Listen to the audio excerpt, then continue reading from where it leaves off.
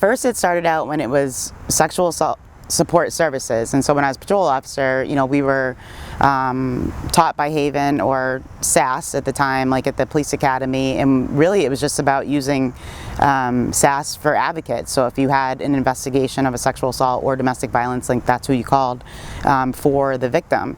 And then it just blossomed, I guess. You know, my career kind of changed where I went into community outreach, but also doing things like if we have bullying events, education really.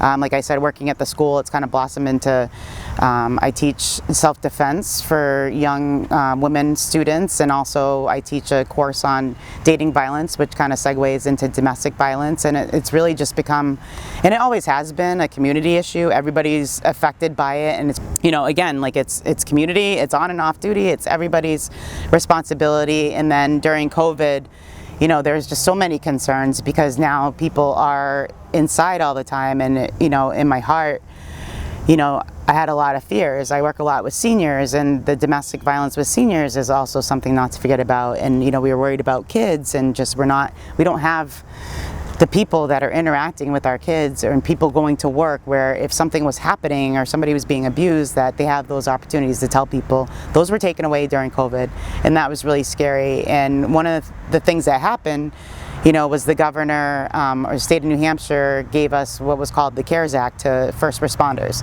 And so I was going to receive this money that, you know, aside from our stimulus. And to me, I had a job. You know, my life definitely changed somewhat, but I wasn't stuck at home. I wasn't in any of those situations, and I could definitely use the money. We could all use money, but you know, I could get by. And I just thought that I definitely, you know, one of the first thoughts was to donate some of that money to Haven, and you know, and it was $200. I took $200 from the $2,400 to 12 different organizations. Some of that came from people telling me, like, you know, I took advice from people. I didn't want to just put things to what I thought was important. I wanted to involve the community in that, and I also was hoping, you know, that that was going to be something that inspired other people to do the same.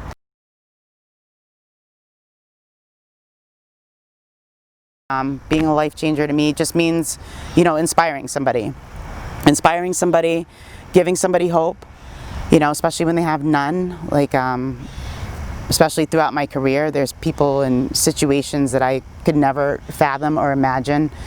And just being like a beacon of light. I think about a beacon of light in somebody's darkness, you know. I think that's what being a life changer means. You know, and it just, again, like helping somebody that can't help themselves. If you have the ability to help somebody, then you have the responsibility to do that for them. Just take the time and just put yourself out there and just help somebody.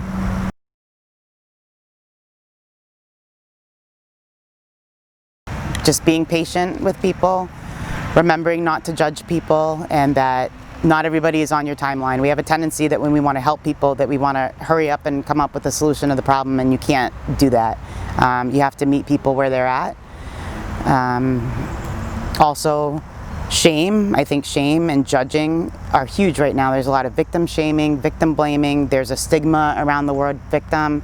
I meet victims all the time. It's just a word for when you're not a suspect or the bad person, and they're strong and they survive. And you know, there's a great quote by Anais Nin, and she says, "Shame is the lie that someone has told you about yourself."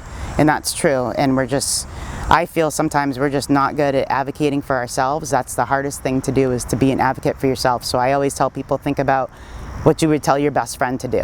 You know, treat yourself like you would your best friend. Would you let your best friend be treated that way? What advice would you give to your best friend? Treat yourself like that, and believe that you're worth it.